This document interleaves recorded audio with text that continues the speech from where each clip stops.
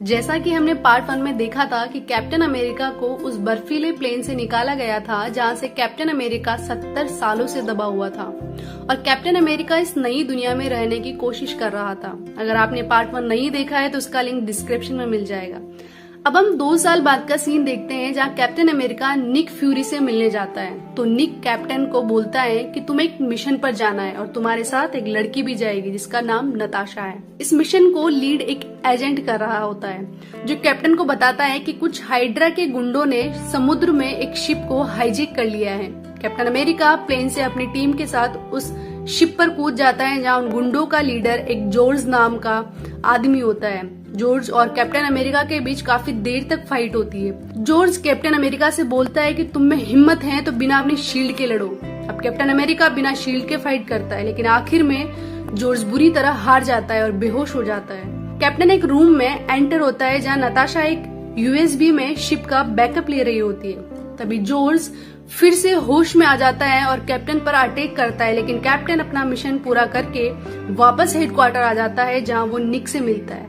Nick Fury captain को 3 बड़े बड़े सैटेलाइट दिखाता है जिनकी मदद से वो किसी पर भी अटैक कर सकता है।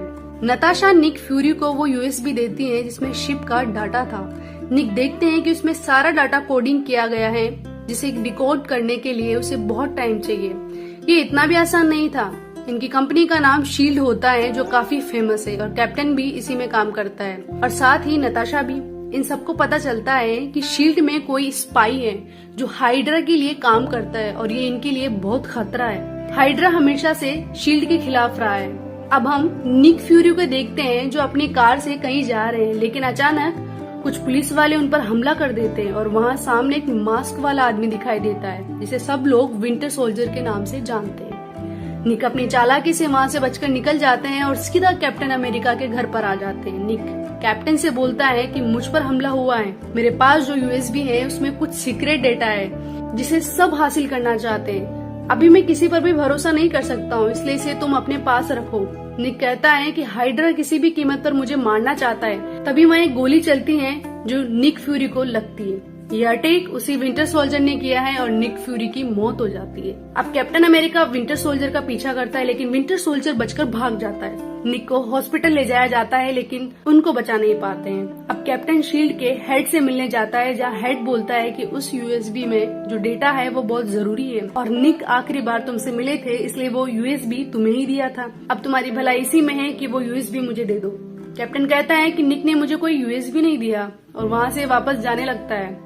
शील्ड के हेड को ये बात अच्छी नहीं लगती है कि कैप्टन ने उसे मना कर दिया इसलिए वो कैप्टन पर लिफ्ट में अटैक करवा देता है लेकिन कैप्टन उन सबको मारकर वहाँ से बचकर निकल जाता है। दूसरी ओर नताशा को भी इस बारे में पता चल जाता है तो वो भी कैप्टन अमेरिका की तरफ मिल जाती है।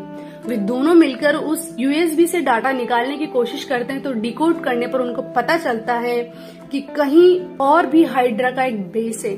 वे दोनों वहां जाते हैं तो वहां इनको पुराने कंप्यूटर के अलावा और कुछ नहीं मिलता है। वहां इन्हें एक पुरानी क्लिप मिलती है जिसमें लाल खोपड़ी का डॉक्टर बोल रहा होता है कि हाइड्रा के पास वो सब इन्फॉर्मेशन है जो शील्ड के पास है। निक फ्यूरी ने कैप्टन को जो 3 सैटेलाइट बताए थे उनमें से ही एक कैप्टन और नताशा पर एक मिसाइल फायर कर देता है क्योंकि उसे लगता है कि ये लोग हाइड्रा के आदमी है।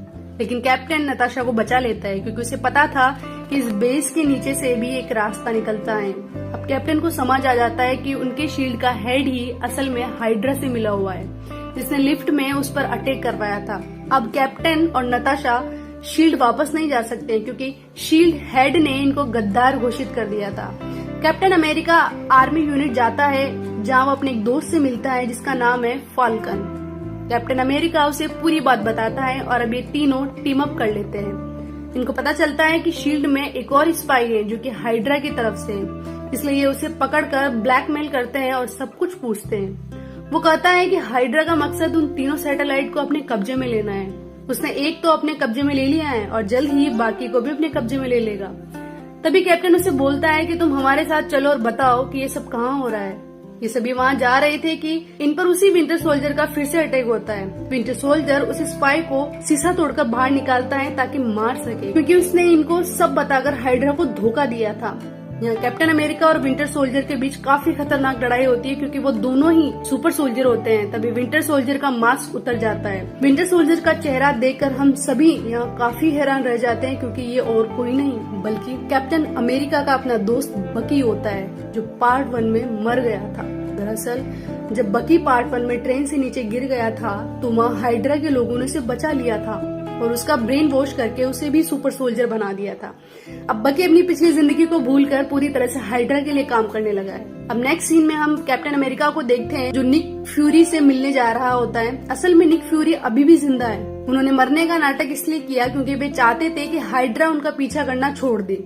निक कैप्टन से बोलता है कि अब हमें अगले मिशन पर ध्यान देना चाहिए। जैसा कि तुम जानते हो कि हमारे तीनों सैटेलाइट हाइड्रा ने हैक कर लिया है, तो हमें कैसे भी करके उन सैटेलाइट पे अपना चिप लगाना है ताकि वो फिर से अपने कंट्रोल में आ सके। फिर हम शील्ड को देखते हैं, जहाँ उनमें से एक सैटेलाइट को लॉन्च करने की तैयारी चल रही होती है और लॉन्च को देखने के लिए सिक्योरिटी काउंसिल के मेंबर भी वहाँ आ जाते हैं, जिनमें नताशा एक बूढ़ी औरत का भेष बदल कर आती है। दूसरी तरफ कैप्टन अमेरिका शील्ड में अनाउंस करता है कि हमारे बीच एक स्पाई है जो हाइड्रा से मिला हुआ है, हमें कैसे भी करके उसे पकड़ना होगा।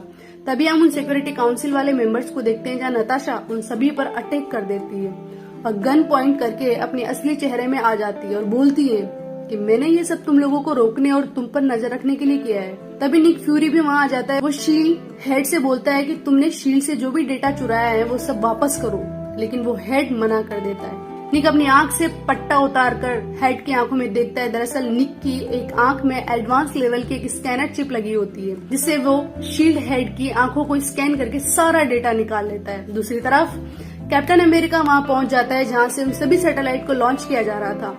वो उन सभी सैटेलाइट में हाइड्रा की चिप निकाल कर अपनी लगा रहा होता है ताकि उनका कंट्रोल निक फ्यूरी की असिस्टेंट के पास आ सके। लेकिन वहाँ विंटर सोल्जर आ जाता है, पर कैप्टन अमेरिका उससे लड़ना नहीं चाहता है, क्योंकि वो तो उसका दोस्त ही होता है। लेकिन विंटर सोल्जर को तो ये कैप्टन अमेरिका को मारने का मिशन दिया गया था और उसे कुछ याद भी नहीं होता है, इसलिए विंटर सोल्जर लगातार कैप्टन पर अटैक करता है, लेकिन कैप्टन अमेरिका अपनी शील्ड को भी गिरा देता है। दूसरी तरफ उन सैटेलाइट का सारा कंट्रोल निक की असिस्टेंट के पास आ गया था, इसलिए वो उन तीनों सैटेलाइट को ब्लास्ट कर देती है ताकि फिर कोई भी उनका गलत यूज ना करे।